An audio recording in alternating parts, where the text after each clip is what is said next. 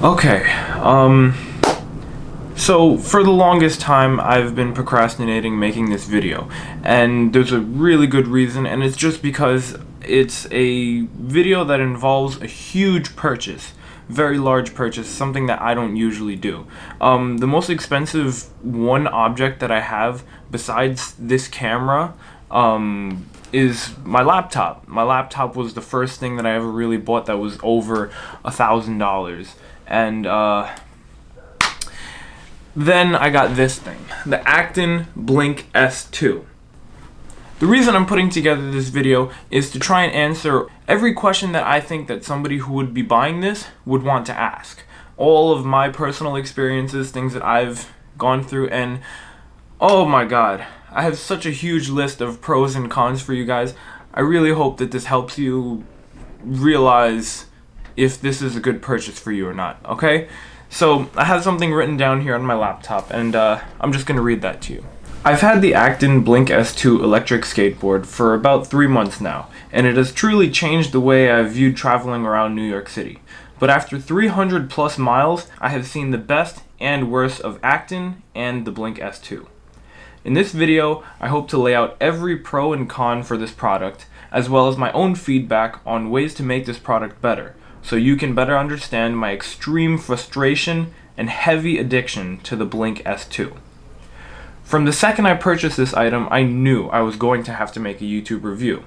I was recording everything, my first impressions, my grievances, and the immense amount of fun I was having. That is, until this happened. Well, it's gotten worse. This is it at low speed. This is on beginner mode. After about 75 miles, my board was already broken. This was devastating to me because not only was I losing my fun new toy, but my main mode of transportation at the time.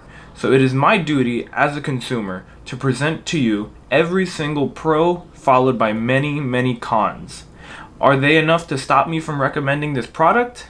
Let's see. Pro. It does exactly what you would expect it to do. It is fast, fun, efficient, and portable. I can go from the Lower East Side to Midtown in minutes, Tribeca to Harlem in a thrilling, easy way. Pro. It makes you want to go outside at any opportunity you can find, down to the deli, up to the market, or just taking it the long way to work. Pro. It makes nearly everything in the city accessible.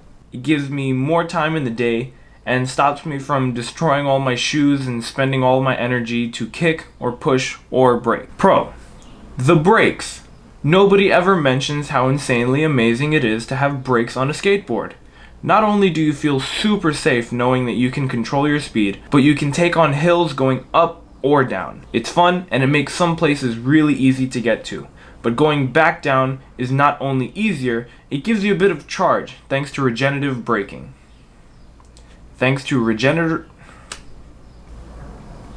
Whatever, I'm leaving that. Pro. You become cool as hell to the kids you pass on the street, the bikes you overtake, and the cars you pass off the line at the light. You're at the pinnacle of personal transportation and technology, so you can confidently carry it around knowing you'll get where you need to go no matter what the trains or buses do. Pro. For the most part, the board is super low key, so it doesn't look like a $1,000 product. That is, when the board is off. When the board is on, we see the lights. So this brings us to our first con, those damn lights. At first, they're dope. They really make you stand out at night, which makes you feel very safe against cars, but it also makes you extremely visible on the streets, when you might not want to be, either in a bad neighborhood or on a road that you just shouldn't be riding on. In New York City, these skateboards are illegal everywhere but the street, so being a glowing UFO is only cool for a few days. You can turn the head and tail lights off, but only through the app.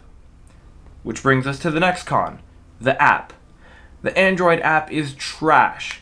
It is so inconvenient, it almost never opens the first try. It will always crash, reopen, then fail to connect. After flipping switches and pressing buttons, you might be lucky enough to get it to connect, so you can turn off some of your lights. view a bullshit speedometer and get a very rough battery estimate, and an absolutely false odometer. And all these features are only available in the app. None of them can be done with your remote. Which brings us to another con: the pathetic excuse for a remote. No frills is not how you want to describe the thing that has complete control over you and the wood and metal machine propelling you down the road at almost 20 miles per hour. You need to be putting your life in the hands of this flimsy plastic disgrace. For a $1,000 product, you really should expect more functionality here. But it is absolutely bare minimum, all the way down to the AAA batteries it uses. As you can see, my remote has taken some extreme wear and tear, and the board itself has too. But the difference is that at least one of them reliably works. That's right, the remote. The remote is the only thing that has reliably continued to work for me, even though it's a piece of plastic. Okay. So that brings us to the con of all cons: dependability. And as an everyday skater for the past few years, I know what quality parts and construction feels like. My penny board and my longboard have seen it all: snow, rain, bone-breaking crashes, extreme speed, and any pothole or cobblestone that New York City can throw at it. On and off curbs, over wet sidewalks, or down huge hills. In the end, they're still there to get me home at night. The Blink S2 can do the latter, but not much else.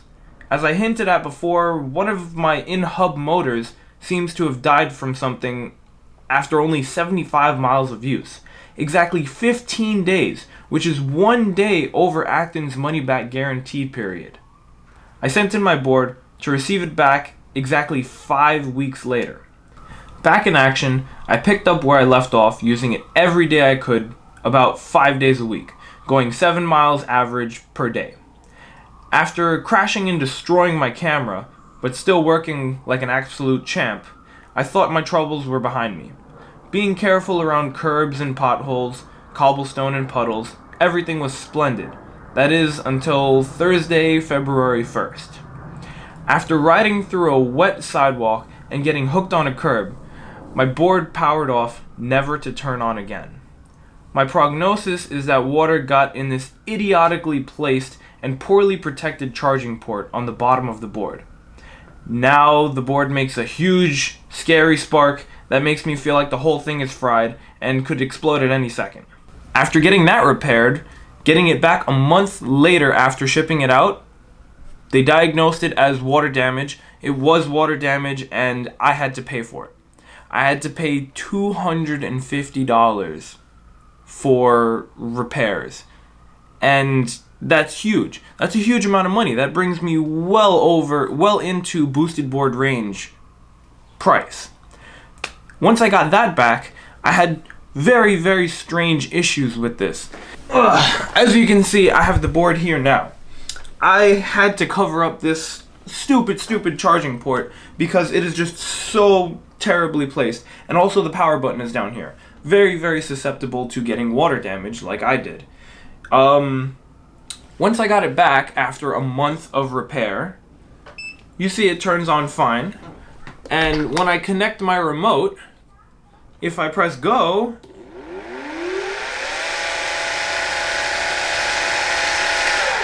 only one motor is working now. To make everything even worse, it's not even running in the right direction.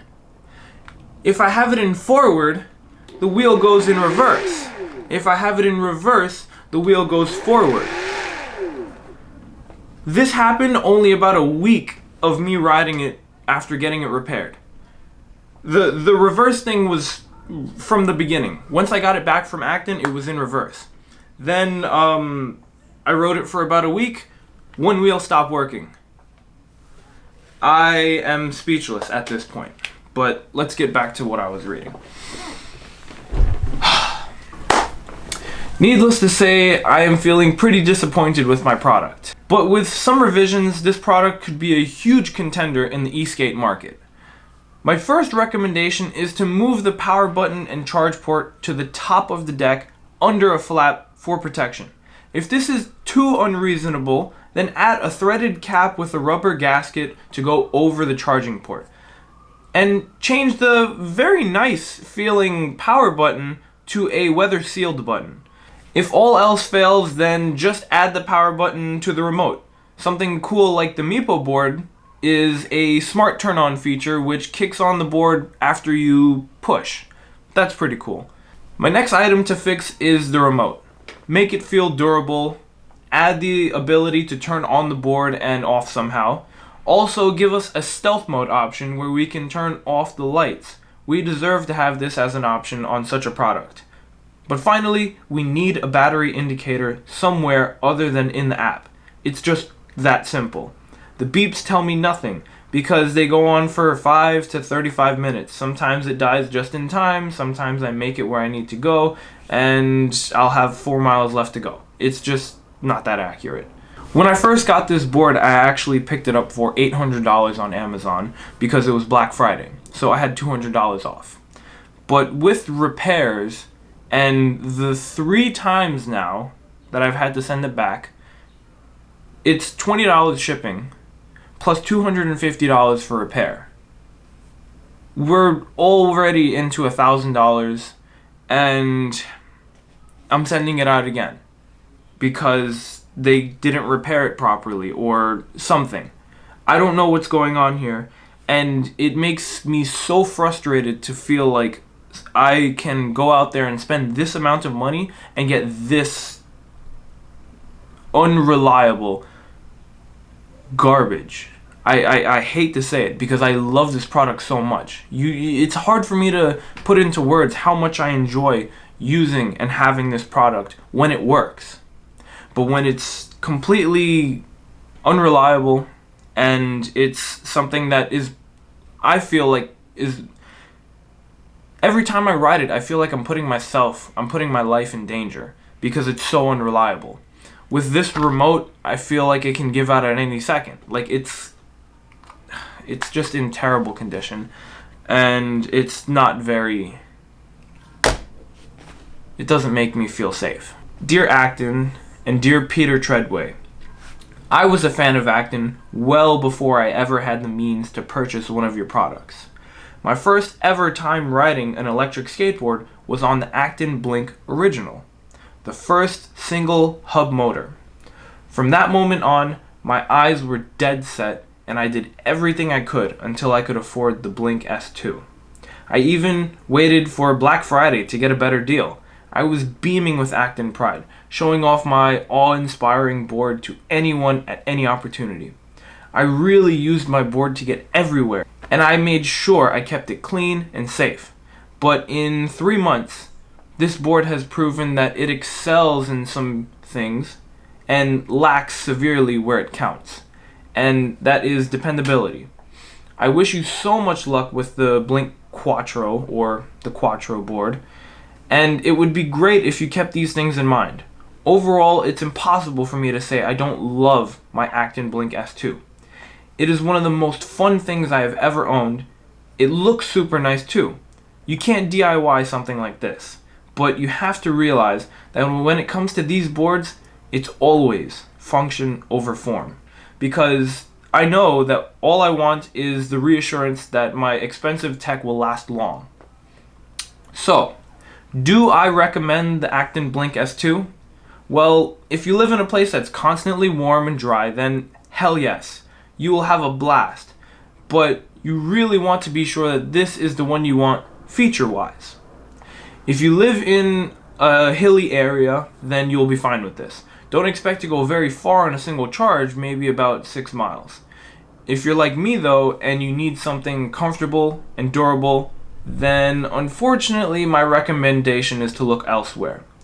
Even if it will take another month of saving to afford something else, it is worth it in the end. I might even sell my refurbished board to save up for a different product, even though the price just went down. To be clear though, I don't hate this electric skateboard. I love it as a product, but it does not suit my needs as of now. Acton, I really hope you understand, and I am excited to see what the future holds for you. But I am very, very worried what the future holds for my wallet. As I send this in, I don't know if you guys are going to be helping me. I don't know if you guys are going to leave me out there to throw more money at you.